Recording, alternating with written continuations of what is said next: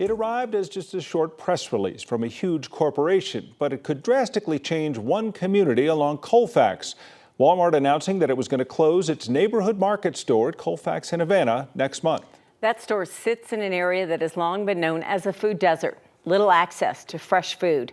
9 News consumer investigator Steve Stager has been looking into this for us. And Steve, did Walmart give any indication why they're choosing to pick this store to close? So they're calling this a business decision. It's based on financial performance of this store. And they suggest people could shop at another neighborhood market that's 5 miles away. The problem, many people in that area that straddles the Denver and Aurora border don't have a reliable way to travel that far. Martha Perez shops the Walmart neighborhood market at Havana and Colfax a lot. Mucho porque ahí es donde encuentra uno más fresco todo, carnes, verdura, en toda la comida. It's the closest store to her house. She doesn't have a car. But come June 7th, she will lose that option when Walmart closes. Buscar yo creo en otro lado. Más caro y más mal. Historically, we are always in a food desert. We really struggle to have any grocery stores in close proximity. Emily Goodman works with the East Colfax Community Collective.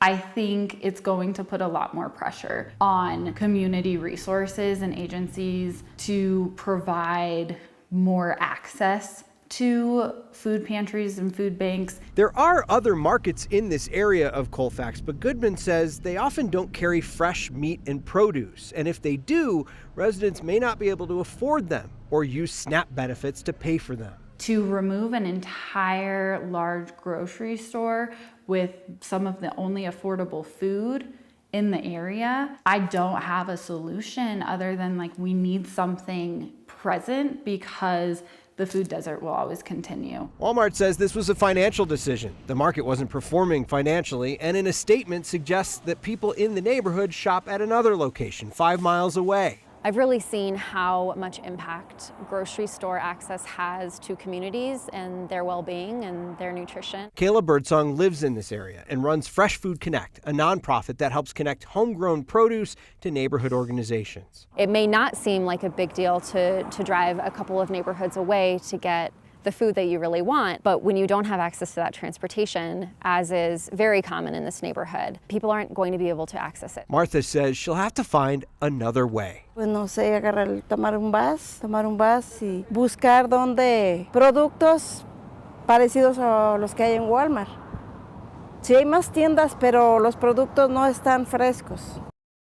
So there are a couple of traditional grocery stores closer than that 5 mile away store, but they require a round trip walk of more than 2 miles. Think about that with all the bags, and they're difficult to access by public transportation. Walmart says the 130 people who work at that store will be eligible to transfer to another store nearby. But again, transportation becomes a barrier there too. If that's your employer, it's tougher to get there. If you don't have access to a car, you got to take public transportation just all around. Yeah, and like you mentioned, these markets are great, but all of us feel like if you go to a small place and you don't get everything you need.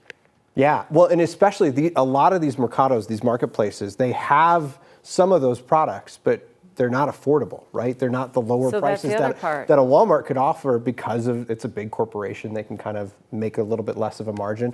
They also, a lot of them don't accept SNAP benefits, and so you're kind of in a tough situation there. I wonder if there's any wiggle room here. I mean, Walmart does have a very different footprint in this area now with the ownership group of the Broncos. Now, you wonder if the ears might be a little more open than they might be somewhere else. Think about that. You also wonder if city governments, if anybody can get involved to try to say, what can we do to incentivize you to stay here, right? Yeah. To give people these types of options, because they need them.